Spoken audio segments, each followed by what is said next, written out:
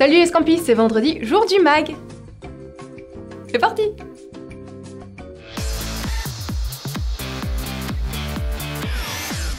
Cette semaine, on vous présentera quelques leviers de la marque employeur d'entreprise du CAC 40, on enchaînera avec un pitch photo comme candidature et enfin on terminera avec quelques astuces pour rédiger un CV attractif.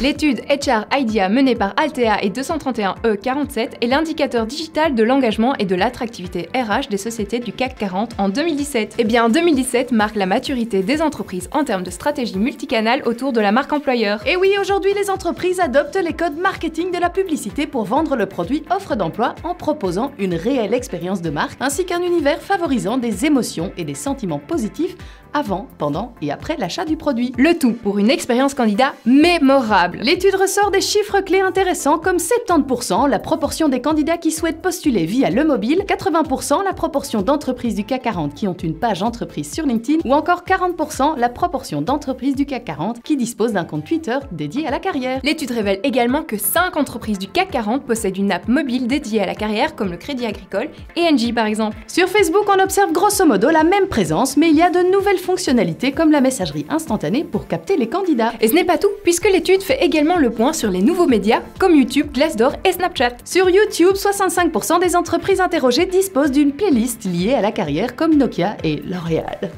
Sur Glassdoor, 95% des entreprises du CAC 40 publient des offres d'emploi. Plus qu'être présent sur la plateforme, il s'agit de plus en plus d'animer le compte. Et enfin sur Snapchat, une présence certes un peu plus timide mais en évolution avec 17,5% des entreprises du CAC 40. On y retrouve notamment BNP Paribas ou encore LVMH qui organisent chaque année un concours de jeunes créateurs. Bref, si vous avez besoin d'idées pour votre propre boîte, cette étude devrait vous donner quelques pistes intéressantes. Allez hop, c'est parti! Vinci, spécialiste en construction... Non. Merci.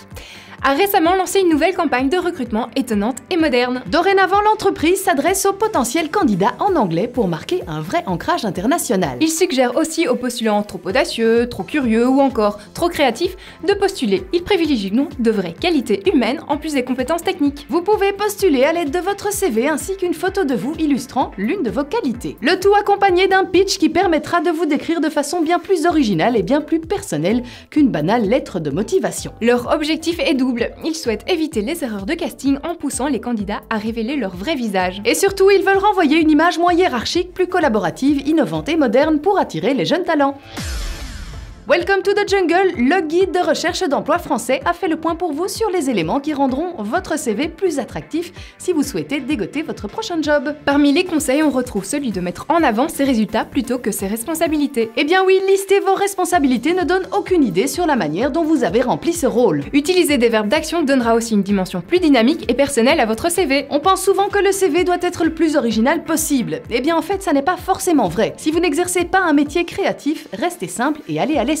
Après tout, ce qui compte, c'est la clarté et la lisibilité de votre CV. Insérez des mots-clés et du vocabulaire technique pour améliorer votre visibilité. Adaptez le contenu de votre CV à la fonction pour laquelle vous postulez. Ajoutez une section intérêt pour dévoiler un peu plus votre personnalité. Sachez aussi que la première moitié de votre CV sera la partie dont le recruteur se souviendra le plus. Veillez aussi au format du document. Évitez par exemple d'envoyer votre CV en format Word. Privilégiez alors le format PDF, plus professionnel et figé, histoire d'éviter que le recruteur ne voit pas tout à fait la même chose que ce que vous voyez en ouvrant votre CV. Hélas, but not least, évitez les fautes d'orthographe, hein, un peu de respect.